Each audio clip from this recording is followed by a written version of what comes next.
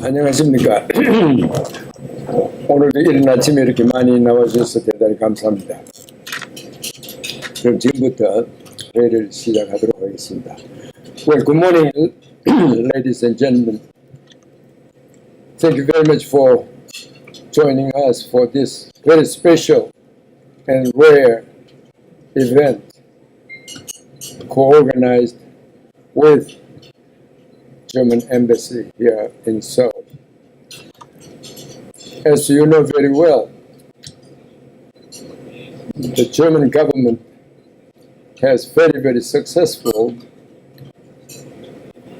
experience in the policy areas of climate change, energy, and green tech. We are very fortunate to have a very senior German government official who has been playing a very important role in formulating German policies in these areas. I appreciate very much Ambassador Stefan Auer and his staff for making special efforts to arrange this meeting this morning. The speaker, who will be introduced by Ambassador in a minute, he happened to be in Seoul, and out of his very busy and tight commitment, he agreed to appear on this forum this morning. So I will ask in a minute Ambassador Auer to introduce our speaker. Before to do that, I just remind you of the fact that Ambassador Auer came to Seoul in September 2016. Since then, he has been playing a very important role in further strengthening our two countries' relations in every area. And in fact, Ambassador himself played a very important role before he came to Seoul in the German government in the area of green tech and energy. So I suppose he can be very helpful to the Korean policy makers while he's here in these areas as well. Well, before I ask him to introduce our speaker, let me just recognize a group of women, the participants here, representing WIR, Women in Republic of Korea. I understand it is a mentorship program, in fact, initiated by German Chamber of Commerce and Industry in Seoul. Both thanks your efforts. I understand both foreign and Korean mentors and mentees are participating, and obviously Dr. Song is one of the mentors participating in the program. So I thank you very much for coming to this event. Well, with no further ado, I would like to ask Ambassador Auer to introduce our guest speaker this morning. Please join me in thanking Ambassador and welcome.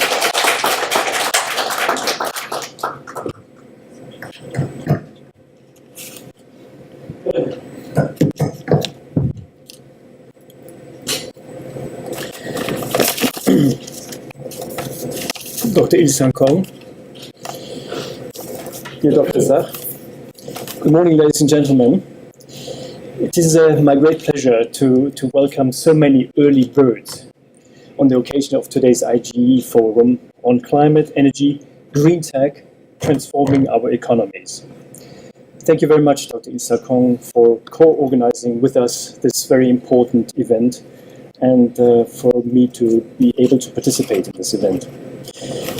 Ladies and gentlemen, as highly industrialized countries, our two countries, Korea and Germany, are facing many global challenges, such as climate change or energy security.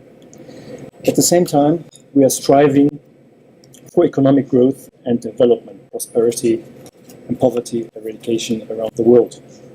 As the title of this forum indicates already, many, if not all, these areas are interrelated. Let me give you one example. Given that the vast majority of global CO2 emissions emanate from the production or the use of energy, we have to transform our energy system into carbon neutral one if we want to limit climate change. The historic Paris Agreement of December 2015 and the adoption of the 2030 Agenda for Sustainable Development with its 17 Sustainable Development Goals, SDGs, recognize the interdependence between these various areas and policy fields.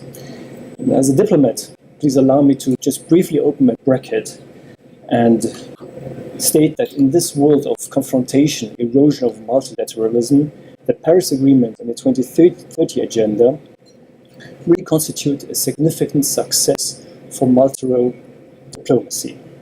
They demonstrate what the international community can achieve if we have a joint political will. These two agreements now need to be implemented, both internationally and domestically. We have to, in a nutshell, generate inclusive economic growth while achieving climate goals and the SDGs in order to ensure the sustainability of the economic growth. And indeed, climate protection and economic growth are not contradictory. On the contrary, if we have the right policies in place, both goals are mutually reinforcing. Accordingly, an OECD report prepared in the context of the German G20 presidency in 2017 states, it's always the same problem. I'm just too tall for these microphones. And Dr. Sach will have the same problem, I'm afraid. And that report, which I would like to quote, states that integrating measures to tackle climate change into regular economic policy will have a positive impact on economic growth over the medium and long term. This leads us to the question, of course, how do we have to take action on climate change to boost economic growth? Now, you don't have to worry too much that this question will burden the whole day, because we have the right expert here who will answer that question, Dr. Sach.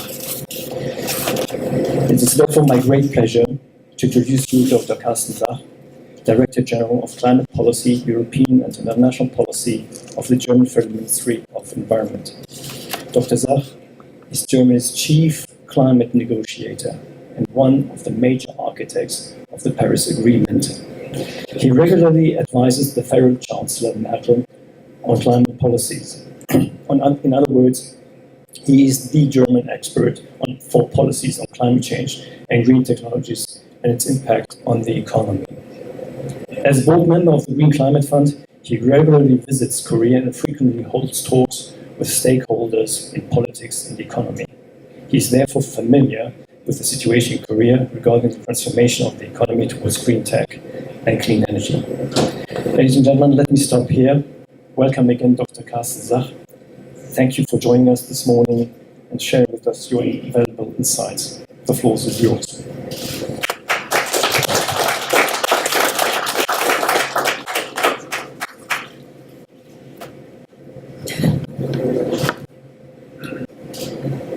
Morning, Dr. Il-Sang Kong, Mr. Ambassador. Thank you very much for inviting me to this audience. First, let me congratulate Korea for winning the soccer match. I was fortunate enough to sit on the airplane while that was happening here. So, but I think you deserved it very well, and I'm very happy to be with you. And as the ambassador said, I'm a regular visitor of your beautiful country, and I'm very honored to be discussing with you this morning. The topic is climate, energy, green tech transforming our economies, and the ambassador has already framed the issue very nicely. 2 points. Without ambitious and aggressive climate policies, there will be no future well-being and economic development. I'm just looking where to push on the slides here. Is that the right one? Yes. And the second one is, yes, we strongly believe that climate change policies, rightly done, can be a driver for growth, for innovation, and for social inclusion. You see here that I will be speaking on 6 different topics, which I won't repeat here. The first one on some of the basics. Climate change is already happening, and serious impacts can already be observed day by day. But that is just the very beginning. But for those who look carefully, in particular if you talk to elders who are wine growers, they just see that their surrounding, the climate around them, is starting to change. Yes, we can adapt to many of these changes, but there are limits to that adaptation if we want to live in a civilization which we know today. Recent examples of increased weather events, a heavy rain and floods in India, serious droughts in Africa, just pressurizing more migration, forest fires in California, landslides in China and Sierra Leone. We just have to look at the statistics of our reinsurers that there is something happening. On the other hand, next to extreme events, there are something what we call slow onset impacts, such as melting of glaciers, change in the water patterns for the whole Indian subcontinent, significant sea level rise, decreasing Arctic ice shields, irreversible damages to coral reefs. And that happens with a temperature increase of only 1 degree above pre-industrialized levels. So what we need is both mitigation and adaptation. As the ambassador said already, where is the problem? It's a problem which is just relating to all our activities, but at the core, it's about the way how we produce our energy. And I will recognize, and this graph shows it very clearly, that the starting points of our economies are different.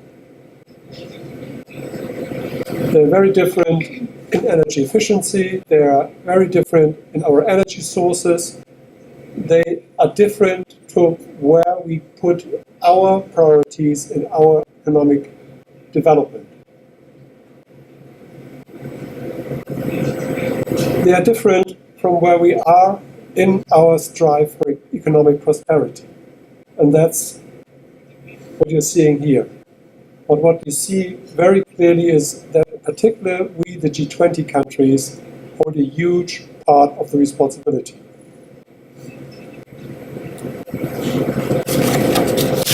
So, if we want to change the pattern how we produce energy, how we design our economic prosperity, climate change is not only an environment issue. It is at the heart of policy framing, It's the heart of economic policies. It's at the heart of what leaders have to decide. And that was the reason why we put climate change very high on the agenda of our G20 summit. And there is a perception in the public, there's a perception in industry which is built on the developments we saw in the past, that active climate policies cost money. And we commissioned, not some environment think tank, but we commissioned the OECD to look into that matter. And the process we saw was as important as the results. Because what we did is we put 8 different departments of the OECD together. They had different data sets, they had different methodologies, different modelings, and they had to learn to understand each language. And the OECD was much better than we normally are organized within our countries. So, and they should look, what is it?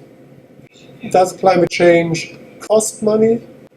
Or, rightly done, is it, or has it the potential to boost economic growth?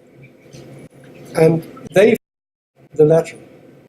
But you will see that doesn't tell all the story. And the OECD Secretary General, Angel Gurria, was invited by the Chancellor to present that at the G Summit in Hamburg last year. And you see him just handing out the report to the Chancellor. So the headlines is, yes, ambitious climate policies do not harm economic growth. Rightly done, they're a driver for investment in the future which will derive multiple benefits. You see just the figures here. It has a net effect on future investment. It has additional fiscal incentives. And you see all that one, but of course you have negative effects on energy prices, but in total, the net effect on GDP is a positive one. That are aggregate figures, and I come back to that later on, because there will be winners and losers, and you have to organize the transformation. So here you have a scenario of what it means if we stay below 2 degrees, which is the Paris target. And they modeled, economic and finance models modeled of what the different impacts are. So I see some people writing down the figures. Our embassy will make available the slides, so you don't have to scribble it down, so you can get that later on.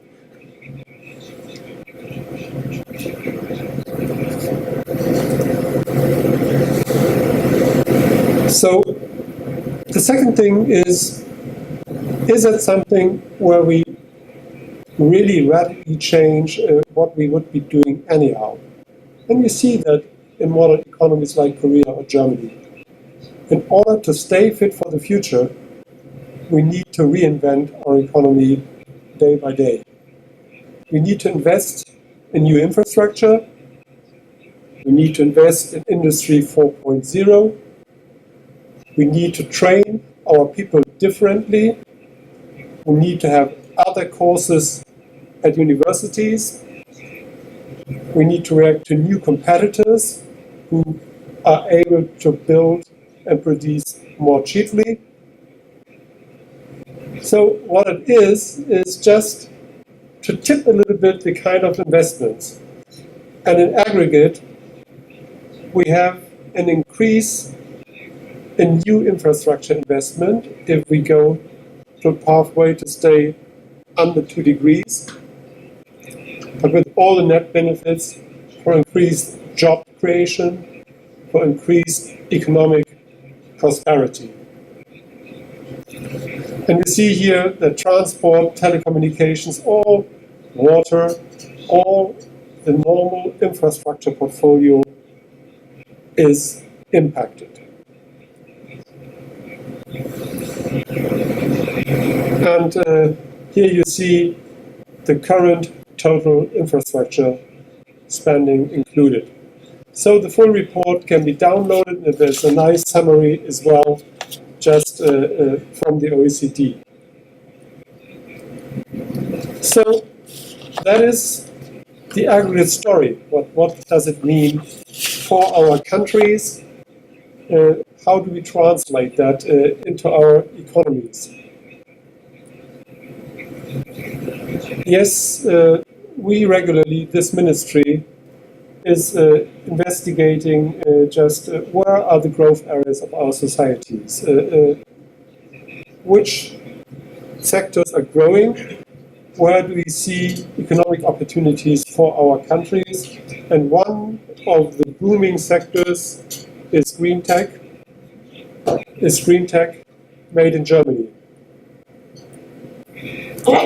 And the key findings of our reports is, first, we looked at the situation, what will be the demands of the future in a world where we have population growth, where we strive other billions to become as prosperous as we have the privilege to be, and but we have limited resources, and we have more stresses inside.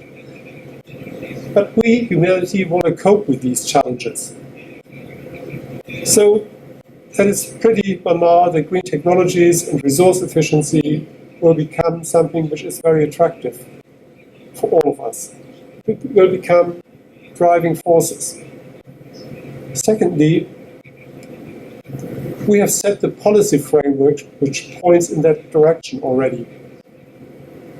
Because we have all our leaders, I see my colleague from the US, some are shedding some doubts on this nowadays and have announced doing something, but we have all the leaders in summits and in a legally binding form agreed to roughly decarbonizing their societies in the second half of this century. So it's also not just a process driven by necessity, but by policies as well. You see it already, and that's just the beginning, that the market is growing. The market for environmental goods, but even quicker you see skyrocketing the demand for setting up green bonds. Just to finding envelopes, vehicles, where the green infrastructure investments can be bundled and made attractive for financial investors. We in Germany, if we are good, we have an economic growth of 2%.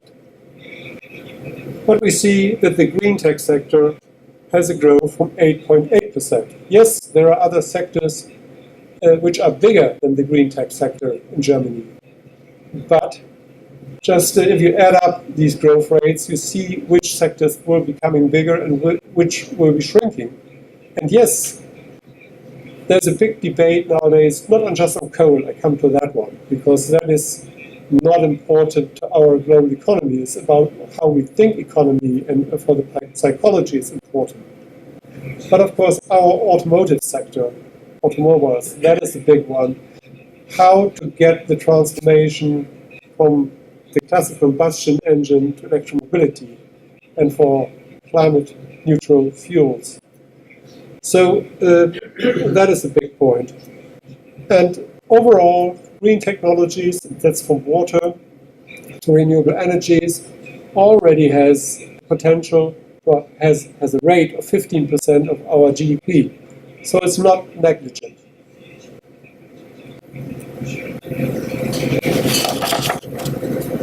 So green tech, we think, is a driving force for sustainable development around the globe. What you have seen in our country, you see happening in most, if not all, of the G20 countries. Let alone what President Trump is saying. We see solar power booming and boosting in the US. You see wind power. And if I torture you with Chinese figures, 55 gigawatt of solar installed only last year. It's skyrocketing. But big markets create effects of scale. Prices have come down very considerably. And here you see that there's also robust demand for green tech in Germany in different just sectors. And the one which is relatively small so far, sustainable mobility, we think is one of the future growth markets, because we see the shift and market decisions taken by the Chinese and the Californian markets, that we have a big shift. And it's not just electric mobility. We see that very much combined with how we design the cities we want to live in the future. So it has something to do with the urban concepts, how we place workforce and living together, what kind of infrastructure we put in between to create sustainable living. So how are we trying to cope with these challenges for Germany? What kind of policies, frameworks do we put in place?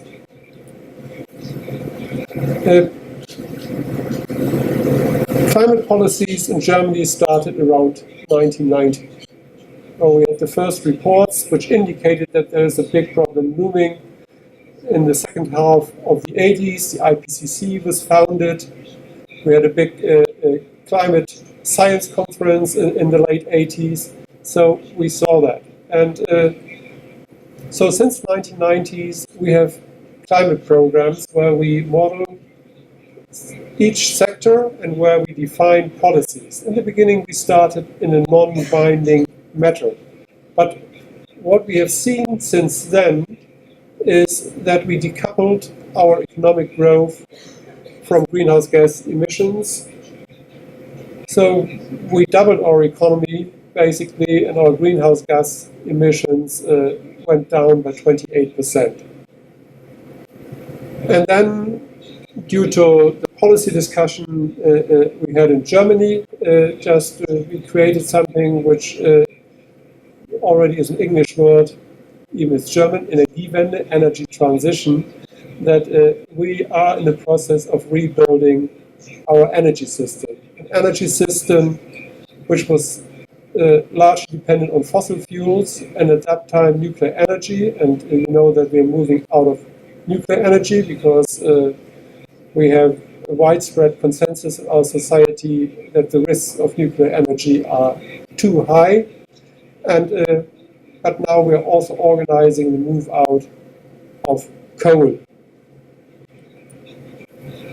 So here you see again just some figures on economic growth, greenhouse gas emissions falling, and the increase of energy productivity.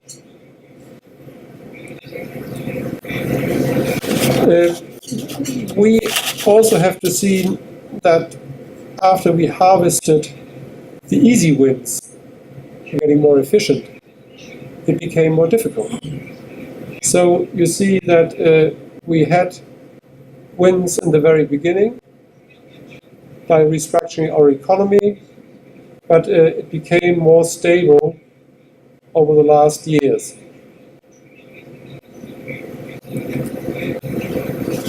And you will be seeing that the projections show that we will have difficulties to meet our absolutely ambitious 2020 target, which was one which we put voluntarily upon us, which was reducing our greenhouse gas emissions by 40% by 2020. And I told you that we are at 28%, and our projections show that we roughly come to 32%, which is very good on a worldwide scale, but it's below our own ambitions. Our own ambitions, which has a steady curve down to decarbonization by roughly 2050. So we need to get quicker. So the question is, how can we do that? So the conclusion is that we need not to engineer the margin, but we need to take far-reaching political measures and decisions to enhance the speed of transition. And that is something which all of our countries face. And you see that some countries show us how to do that. And so our challenge in the energy sector is moving out of nuclear power and coal at the same time, while building the new energy system. It's not the price of renewable energies, which is the cheapest source by now for new capacity built in the German context. It is that you need to reorganize your whole grid. So you need to build transmission lines, and you need to fight for the support of your population for these new infrastructure building. Here you see the trends by sector, and what it basically sees, yes, where you find clever solutions. You see by the best is the chemical industry, but look at the black part, which is wastewater and waste. The greenhouse gas emissions from this sector decreased by more than 70%. Why? It is because we exercised and applied a strict waste hierarchy. So the first one is that we build products in a way that they live longer. We need to reuse them. We need to recycle, and those which we cannot recycle materially, then we burn it and we use the energy content of that waste. But it has one important factor. We make the waste inert. So it doesn't just process biologically later on, so the methane emissions are just cut. Therefore, we don't have groundwater problems, and we don't have methane problems, and that's why in that sector, by a very easy regulatory measure, we had huge wins, closing the material cycle and cutting down greenhouse gases. But you see that the transport sector, we are roughly where we were in 1990. So we don't decouple emissions because we drive more, we have bigger cars, and so there is a big problem. And you see in the agriculture sector, we are not very good. So challenges ahead. So what is needed is clear signals of where we want to be beyond today.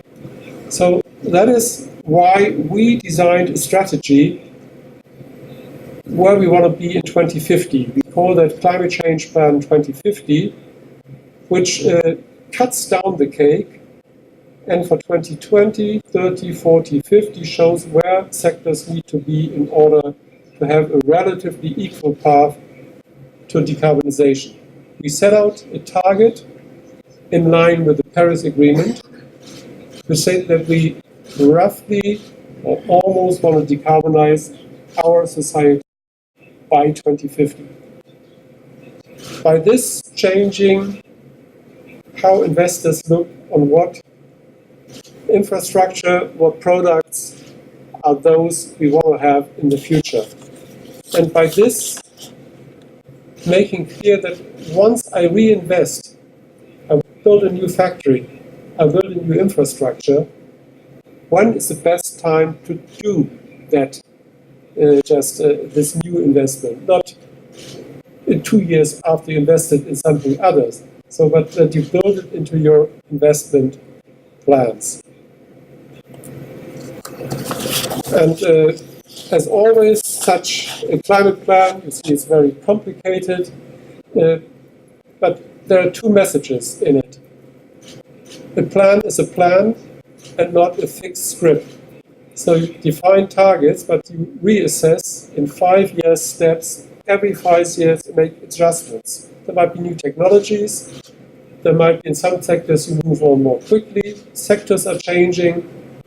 So it is a process of regular reporting. And the second one, it shows the built a platform for science to have an interface with policy to discussing for the best option, and that we have broad participation of industry, of the civil society, in order to be building that. In the end, it's not something which we, the Environment Ministry, are doing. It is something which the whole of the government is building. That's what I was speaking already on it. It's a regular cycle of five-yearly improvements. So when we report, we create a learning process, feed it in, and update this plan every 5 years. I was speaking already a little bit on the key features. So far, and there is a political debate, we did not fix just one exact percentage point. We call it almost greenhouse gas neutral, but there is a corridor behind it. We believe, the Environment Ministry, that 95%, 95% is the maximum, is a minimum, but we don't want to have a debate on that now. We first need to develop the instruments underpinning it, because otherwise you just have a sterile discussions on targets, while in some sectors we don't see the solutions that clearly. How we build CO2-free steel, how we produce CO2-free cement or other materials, how do we deal with the aluminium sector, etc., etc. So the big point, and I said already, we were pretty well making progress in the energy sector, in the electricity sector, not in all sectors. That's why we put targets on each and every sector. Our reduction target for 2030 is minus 55% compared to 1990 levels. So basically, less than half of the emissions we put to the atmosphere in 1990, but with a steadily growing industry and economy. And so the energy sector and the building sector have delivered more than 60%, so above the 55%. The transport sector only 40%, but probably the 40% are the hardest. So we look a little bit of where the situation is, but each has to contribute. Do you see what I'm just saying? For the energy sector is 61 to 62%, the building sector 66 to 67, because through installation you can do a lot, and also through using renewable energies in the building and the heating sector, you can do a lot. But you can see the figures, and the lowest one you see for the agricultural sector, where probably the challenge next to the transport sector is biggest. That was one too quick. Where was I? On the governance. Yes, we are in charge, but the next step, we need to look at the concrete plans of what are the underpinning measures. Is it putting a carbon price? Is it to regulate the car sector by setting strict limit values on the CO2 output of cars? Is it in agriculture that you have methane reducing fodder? So it's many things. But the main responsibilities for designing the first plans lies with the line ministry. So the transport ministry is primarily responsible to reach the minus 40% target. Our energy ministry is responsible for reducing the energy mix of the CO2 content by 60%. So they have to do that, and they have to do impact assessments.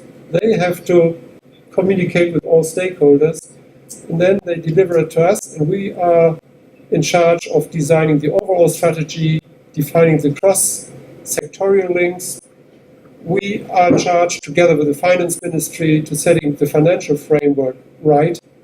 And then in the end, it will be all knit together, and then we put to the chancellor and the whole of the government that to be decided.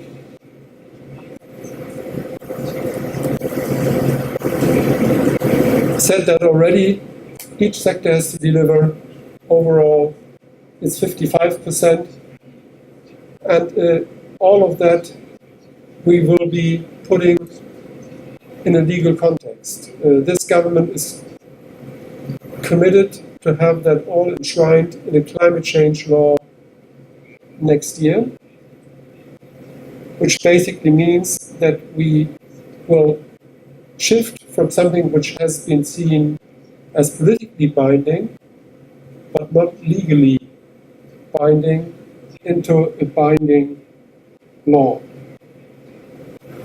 The interesting part is that the Paris Agreement and that process in Germany changed the view of industry.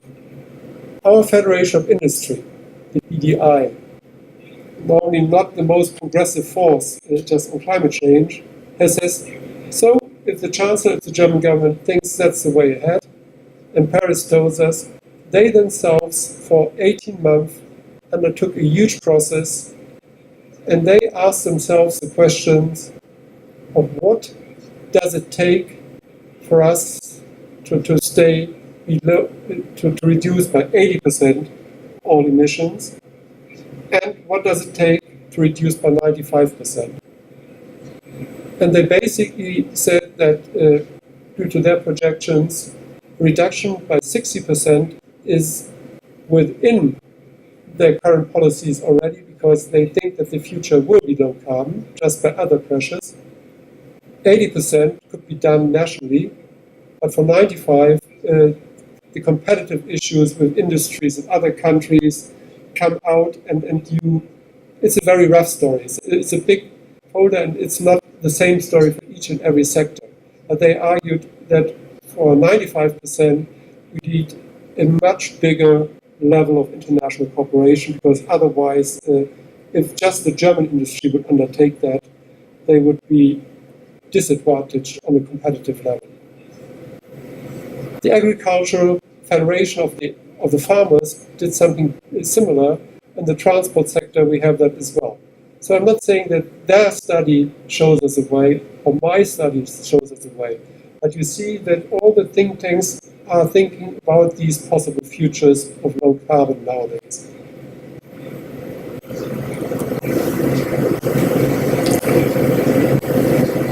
I did tell that already. The new coalition agreement confirmed our ambitious targets.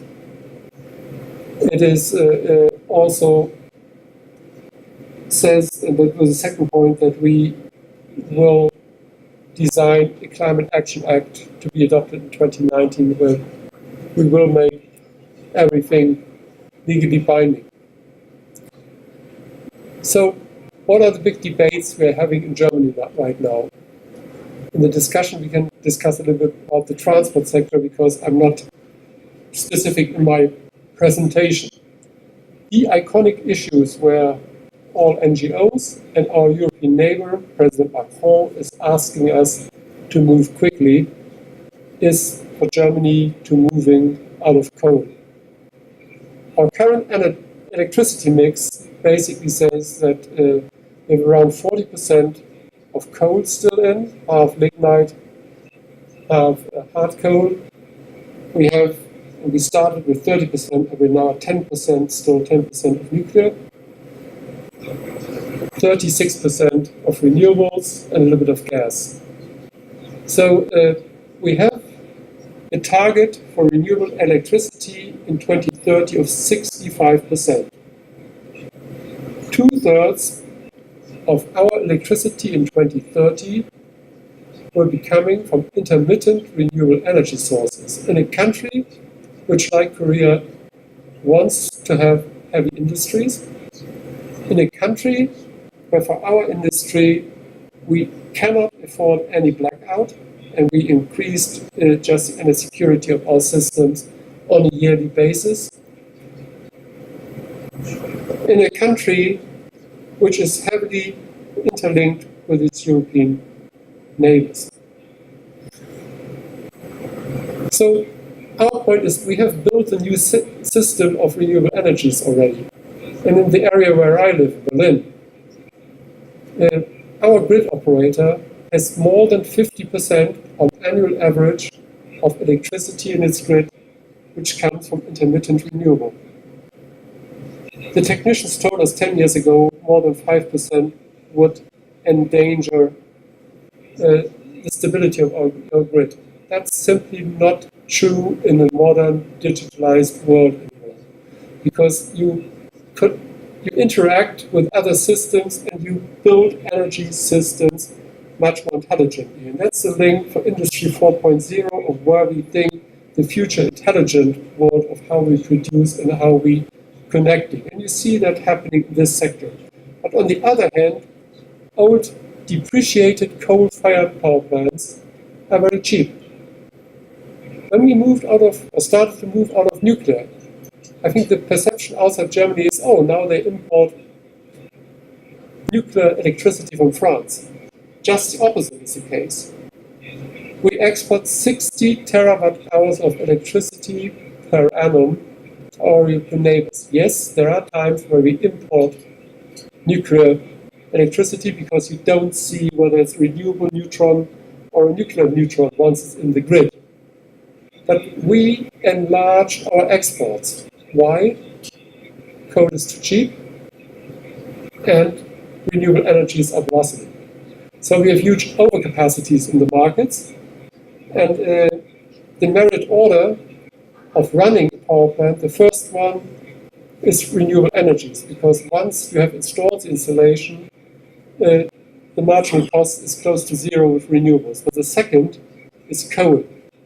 So a problem we have nowadays is that coal is banning gas to a certain extent, and we have to shift that. And there is a commitment to reduce coal-fired power plants by 60% by 2030, and to define an end date. And that is a big discussion in our economy, there are two regions dependent on that. We have set up just this week a commission of industry, regions, vendor, trade unions, business, civil society, which by the end of the year should deliver a suggestion on how to do that. But as I said, the mandate is clear. They need to say when to end coal-fired power, and secondly, to meet the targets for 2030, which means reducing coal energy by 60%. And we're pretty happy. We set up, or we're in the process of setting up two similar commissions, one for the transport sector, one for the building sector. Same design, deliver by the end of the year results, which then, of course, the government and the parliaments need to decide. But I think if they come up with something which meets consensus, we will be closely sticking to that one.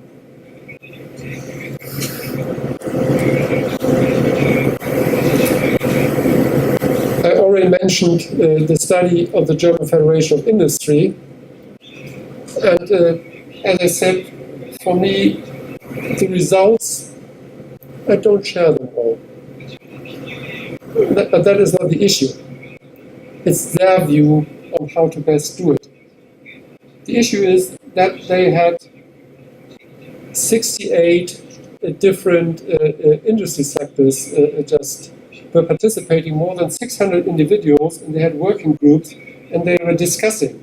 And I have been discussing with the CEOs then in Berlin. And it's not a unified room. Some just see their chances, others have fears, but it was a process that they were able, through a participatory process with all the membership, to coming up with such a big study.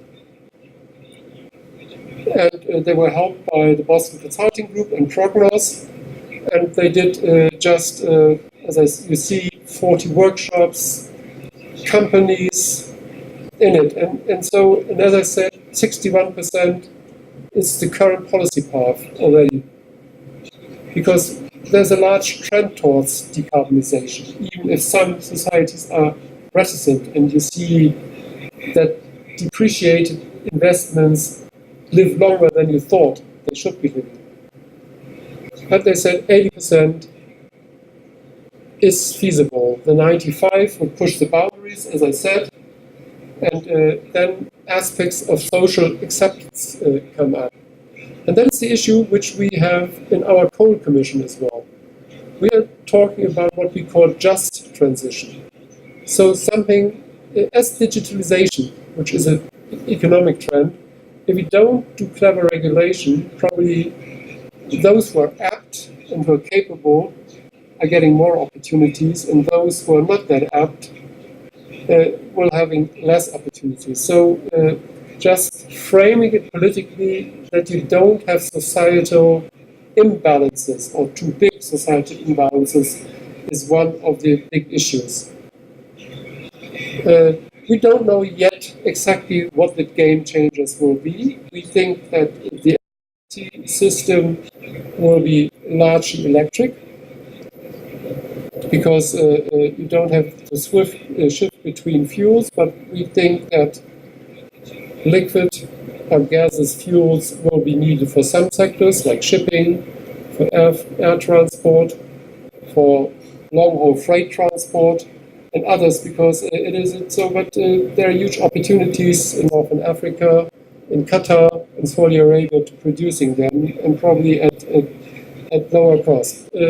We don't know that. R&D, we don't know exactly how to produce yet, even if the Swedes are building the first power plant for CO2-free steel. But they're using renewable energies and hydrogen and for the process of building steel. Here in the BDI climate path scenario, you see their cost estimates and their investment portfolios. And but basically, what the industry themselves find, yes, we need to invest in R&D, we need to spur modernization, we need to make our people fit for modernization, which goes back to the research and the apprentice and training programs. But they also see a big market for green products export. And there you see how they see the potentials in different sectors. For them, at least in the 95% path, which is the light blue, they think that also for Germany, CCS, carbon capture and storage, plays a role. We don't have that much storage capacities. That it is something which is very attractive for us in the energy production sector, but we will need it for our heavy industries. So for industrial processes.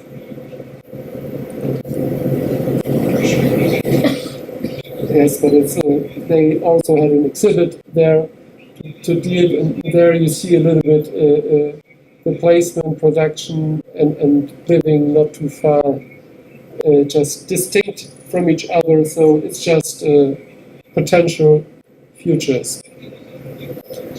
So the last point, what is about Europe? And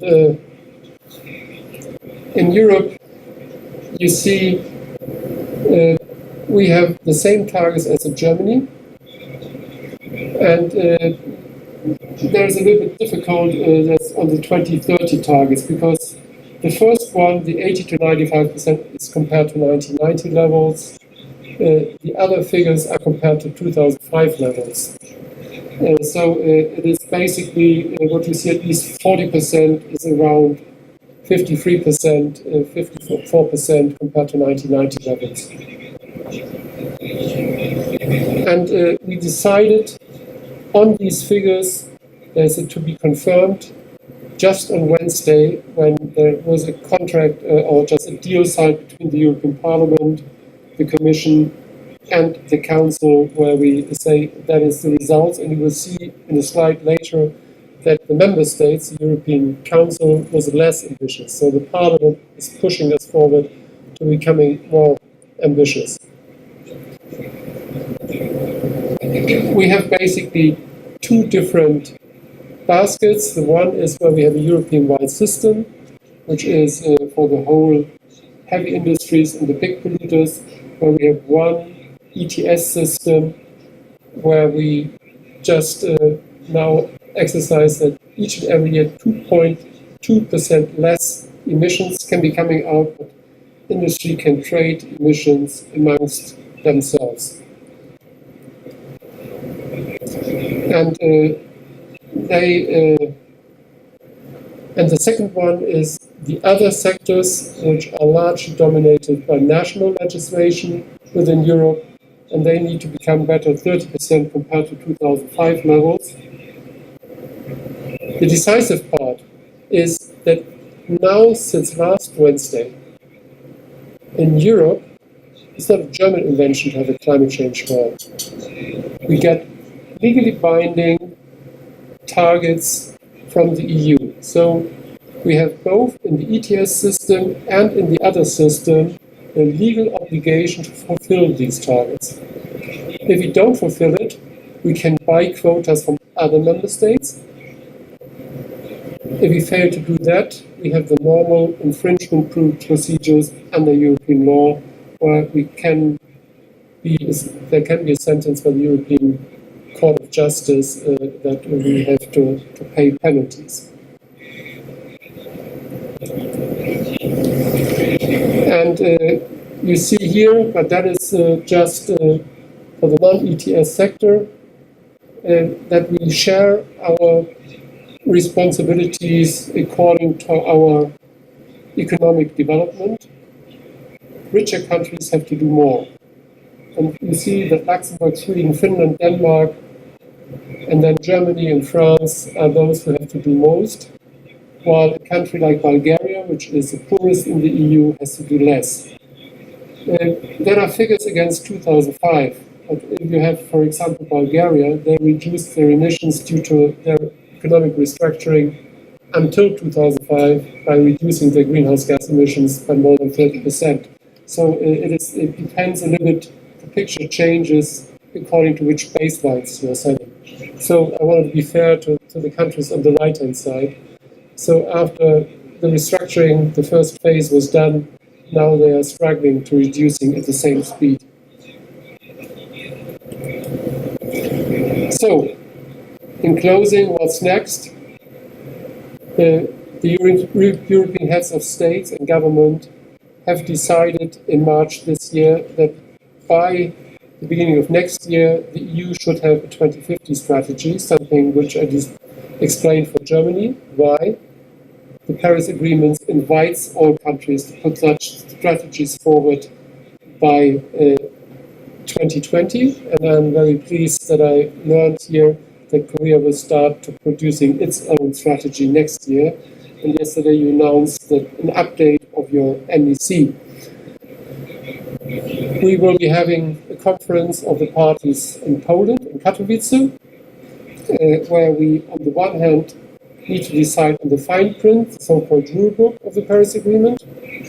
And Germany was hosting the so-called Petersburg Dialogue together with Poland. We invited the most important countries in that, including Korea, just last week. And the Chancellor was there and confirming, like she was in the last 8 years, climate change policies is a leader's topic, not just something for the reservoir of environment. People where she gave her commitment for securing that. The Talanoa dialogue means that we need to increase our ambition over time.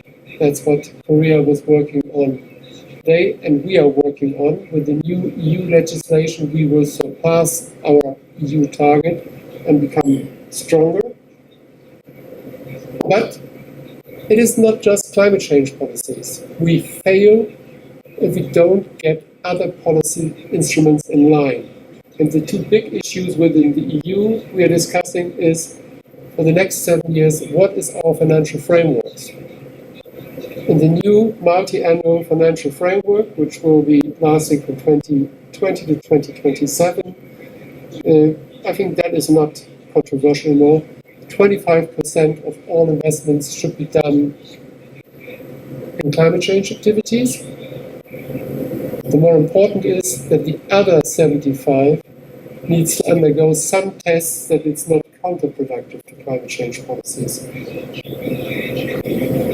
And the European Commission just last month put forward a big set of proposals which will be becoming legally binding to induce increased fiduciary risks to financial institutions, to assess what financial risks are there due to climate change policies and to climate change. It is not that you have to do this or that. You just have to look into the matter of whether there are risks and how you build them into your portfolio. And you have to be transparent to those who want to invest. And so it's transparency plus fiduciary risk, not something you have to do this or that. And of course, you have the common agricultural policy in agriculture. So do you want to give incentive for intensive farming, or is there another way to produce our food better, safer, healthier, and more pro-climate? I spoke about the finance sector already. My conclusions: climate change and sustainable development challenge offer significant opportunities for growth and for business. Technological innovations are the key for the energy transitions in the pathways, but they need to be supplemented by societal learning. Transformation needs a robust policy framework which is to be continuously reviewed and which should not just have sticks but offer promotion schemes and incentives. In Europe and in Germany, climate change policies will be legally binding. And we are in a very intense discussion with our industries on how best to do that. We means in Germany, but we would love to cooperate with you in Korea about these issues, because our societies, our industries are pretty much alike. If we want to win the future, we need to be better, and Korea is an excellent partner in that, and I'm very much looking forward to discussing with you. Just discussing with you, ask me critical questions. So, of course, I would love that you just would agree with what I said, but it's not a simple question. There are many views on that. I'm very much looking forward to discussing with you, and thank you very much again for inviting me. Thank you. Thank you, Dr. Zara, for your very interesting and informative and comprehensive presentation. But first of all, I'm finally relieved that a German finally mentioned about the football game the other day. You know, many of us between us said, "Oh my God, what do we say when we meet Germans? It's Friday morning." Now I'm so relieved. We played better than before, and unfortunately, the Germans played worse than before. Yes. And as a long-time Bundesliga fan, I was a bit disappointed with the German people. Yes. Now you know my age. Okay, with that, climate change is one of the policy issues that have not received the due attention, in my view, although, despite its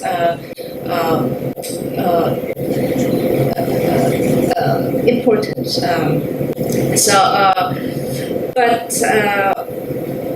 But I guess it's high time that we pay due attention to this issue, and also take into account the situations in different countries in framing the policy, formulating the climate change policy. With that, I'd like to open the floor for questions. I understand the financial sector, especially the insurance sector, has a keen interest in the climate policy, climate change policy. So can I ask Ms. Ha to raise her point and questions about this issue. Good morning, I'm Kunju from Kyobo Life Insurance Company, which is one of the major life insurance company in Korea. Thank you very much for your most impressive talk this morning. This is just a personal question, but I have been taking part in various global insurance forums as a speaker and a participant.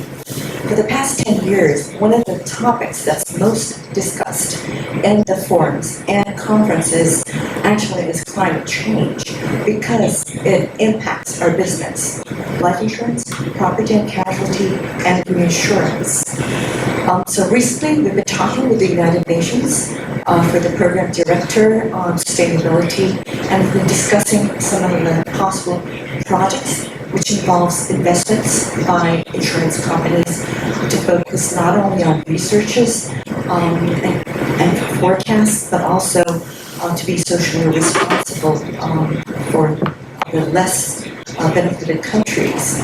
Now, in your presentation, you talked about your action plans, your climate action plans, and how you have created a platform for forums to listen from the private sector. So my question from the private sector would be, as you are implementing your action plans, how closely are you planning to work with the private sector? My second question would be, what are your expectations from the private sector? Meaning, in your process of formulating your policies, do private sectors have a voice? So this is the first question. Thank you. Thank you very much. I take it more as a comment because what you're saying, that the insurance sector is one of our biggest allies because they are looking into the risks of the future as well. That's your business model, and I would argue that's a political business model as well, and therefore we are very much aligned in long-term thinking, which not all parts of our societies do so far. So therefore we very much rely on the data which you, the Munich Re, the Swiss Re, and others are just evaluating and informing their clients by their insurance policies. Yes, we having a very close dialogue with industry, and so we have circles where we consult them, but we're not consulting industry only, but all parts of society, so trade unions and others, which we're doing. In the commission I mentioned, they are part of it as well. So they don't have decisive powers, but they have the power to inform us, and that is part of it, because we think that's necessary for two reasons. Without a clear-cut business rule, we are missing out on the opportunities, and we want to support our business, frankly speaking. But it's also necessary for creating the necessary consensus within society. And therefore, yes, for each of the steps, the 5-year reviews, for creating our action plans, we have consultation rounds with business. And we encourage exercises like the one from the BDI. I didn't have any money into that because business could afford that themselves, but they were in my office for 5 hours before they started the whole process and just explained it so that I'm not brushing them down later on. They gave me a midterm insight and asked whether we consider that the questions they put forward are the right ones, and then they're very interesting ones. Some I didn't thought about, and then before they launched it, they gave me a pre-screening. So it's a very intensive and most exciting process. But it's not, private sector is not private sector. I would say that more than 50% of the businesses see that it's a vast opportunity, but some are afraid because this is challenging the model they did business in the past, and you can understand that. If you're a resource-intensive industry, you have tough talks. If I speak to coal miners and coal mining companies, they don't don't like me that much, but so that's what we need to do. Yes, Mr. Kim. I want to stand up because I cannot see. I know. I was delighted to hear Germany was able to export energy from China as well as import. I would ask. Also, interesting. You mentioned Germany and Korea have very similar industry mix in terms of combination of heavy industries and technology industry.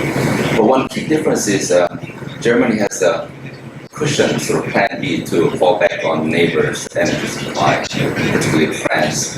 Whereas South Korea is really like an island, almost like Japan, because it's really not connected to the Asian continental grid in any way. In fact, the northern neighbor is literally in the dark age. So it is an island country, so the energy has to be autarkic source. So how do you suggest to Korea in terms of lessons learned from Germany, and as a general matter, what its long-term mix of energy source should be? Kind of related question is, there's a raging debate right now in Korea about the future of nuclear power. And I know in the United States there's more of an alignment between green advocates and nuclear industry. I guess that has something to do with the vast geography of Northern America, whereas in Germany, the debate is clearly decided one way, and your neighbor in France, the debate is still not decided, or decided the other way. So how should Korea deal with that question of long-term energy mix, given that it's an island country de facto, and then how do you recommend nuclear power should be? Thank you very much for these questions. If you have intermittent energy sources, of course you need to tackle a problem on what do you do when these energy sources don't flow. And so we look with the economic rationality. Building a grid which gives you a connection to your neighbors is the most cost-efficient opportunity. So that's why we legislate that for 10% of our production capacities we need to have interconnection with our neighboring countries, and that should be raised to 15% in the year 2030. That's what is under legislation right now. Because somewhere the wind is always blowing, the sun is shining, so it is wise to do that. The second one, there are very cheap economic potentials as well. If you don't only have a flexible supply, but you also have a flexible demand. If you have a cool house, and for many purposes in industry, if you give an economic signal, now energy costs less than nothing, they will take it. If it's high prices, they would refrain. And if you just store certain goods with 28 degrees normally, so it doesn't matter if it goes down to 32 or to 26, so you can store it just for days, and then you can react to economic signals when it's cheap. So you can give incentives with smart metering to consumers of when to use your washing machine, and even small and medium-sized enterprises. There's huge potentials in. That's number 2. Number 3, we're just seeing in the field of storage same developments as we see on solar PV. So storage capacity is becoming cheaper, be it through batteries, be it to salt storage, be it to all kinds of storage capacities. If we are in the field of electromobility, you can use cars to store energy and to charge at a certain point. But my recommendation is there might be an interest for political reasons, economic reasons, to build interconnection into China and to Japan. There might be economic and political reasons to build interconnection to Russia, where there are vast areas. So it's easy it is, but the technology trend will make it possible for an island country, but I recognize it's more difficult. On the energy mix question, I don't give advice on that one. In Germany, for 3 decades, we had a very divided opinion. The majority of Germans found the risks of nuclear energy too high. We see that nowadays nuclear energy is not price competitive in Europe. It's more expensive. You see it Hinkley Point in the UK. They have just guaranteed prices in order for the investment to happen, which is well above the renewable feed-in tariffs we saw. We see that the French nuclear power company EDF is running close to bankruptcy. We see that the nuclear plants building in Finland are not cost competitive. So it's not there. But of course, the nuclear build in the past and being just running now, it is a different story. That's there. But for newly built, it will be in liberalized markets. You don't find private investors do that. So the only investment in nuclear which is happening in Europe right now is where the state takes a guarantee. So, and if you see how our modern technology is developing, the way we interact through, it will not be there. It will not be in island solutions. It will be interconnected but smaller production capacities for economic reasons. How long you decide to let your reactors run is your thing. So it's a question on how long you depend on centralized produced power. We need that as well. We need to build frameworks for the intermediate from now to 2050 for a few new gas-fired power stations in central nodes in our grid to stabilize. It is the most cost competitive. It's a problem for us that so far it's not economically viable for investors. So this thinking is just changing. So the energy production is simple. So providing services to stabilize the grid and to provide energy at the time when it's needed. That's where the economic value lies. And that's why you see that those who provide flexibility are making the money. And then you see that our two big energy companies, for them, they did split up, and the production is the simple part. Where they make the profits is modern energy services. So it's services and not the sheer production anymore. Well, on top of technological feasibility and policy incentives, I think social national consensus is the most important thing. From looking at the Korean situation, we're quite divided on the issue of energy policy framework. That's our current state. And any question from the floor before I raise my own questions to you? Yes, Barbara. Barbara Solman with the Korean-German Chamber of Commerce.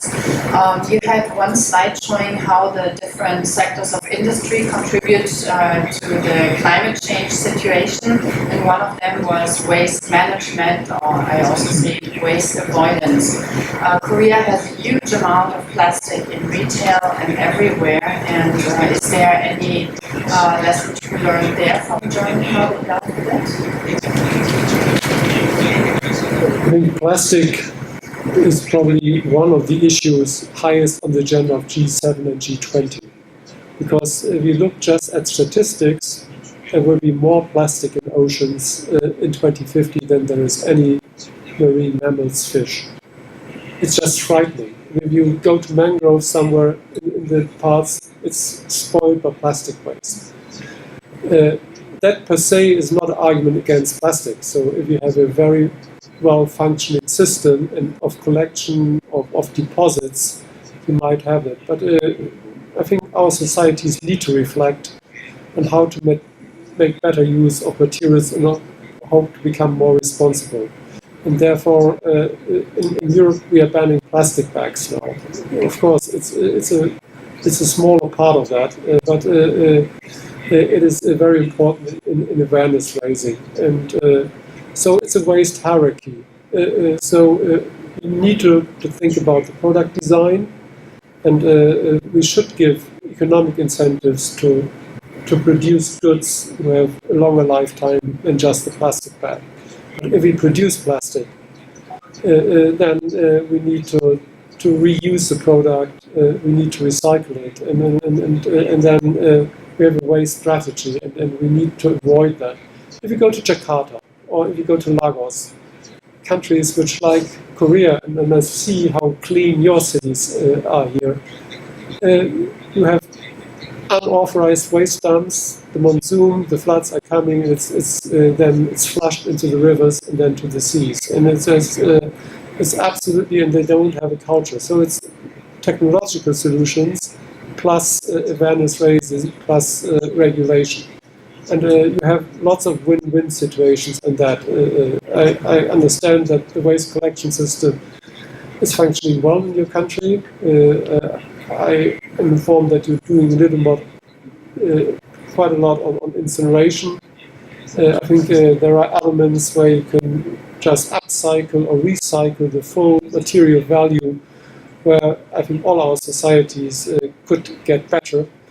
So there are lessons to be learned, but in the end, you need to give incentives for the consumer to return back the waste and to use at least. We call it cradle-to-grave principle, that we put responsibilities on those who market things, that they are responsible for the lifetime. And that tells you a story about Jakarta.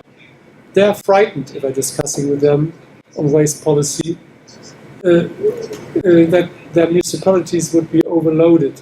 So, and I say, well, you in Indonesia should pass a law which clearly spells out that responsibility for the waste lies with the company, the private entity which markets it.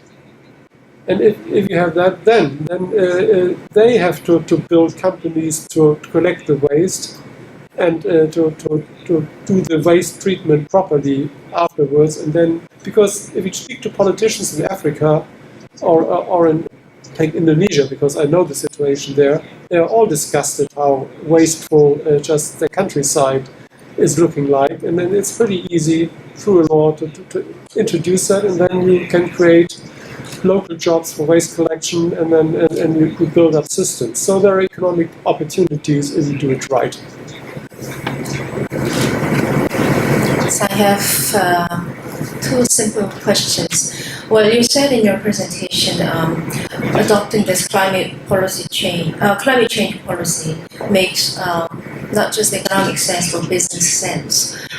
Could you give us a specific example of a well-known manufacturing company that has adopted the climate policy that's now making more profits, more productive? Could you give us share with us a specific business case? And the second one is with Trump's decision to withdraw from the Paris Accord, will that affect negatively, it looks like though, the international cooperation as well as our effort to achieve the climate target? On the examples, probably give you three. The first is a online retail service.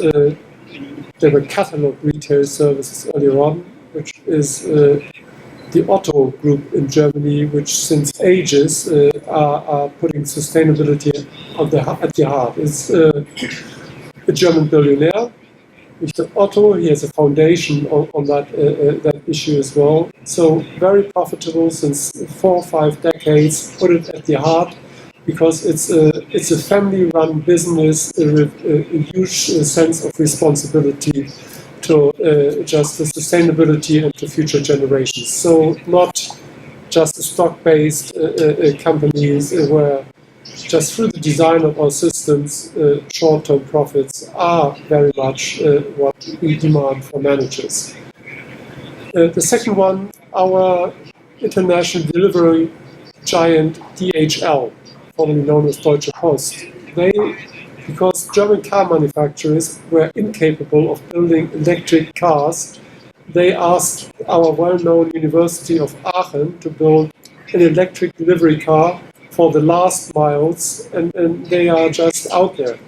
if other companies want to buy it, they have to wait for 3 years because it's a relatively small production facility. Very successful because it's not something, a race car, but they just designed it to the needs for delivering the last 5 to 10 miles. In the cities, people like it. The electric, no NOx and particulate emissions, no noise, so big things. And their CEO says that they want to be carbon neutral by 2050. While knowing that the freight transport, they have a huge freight fleet, is just a big issue at the end.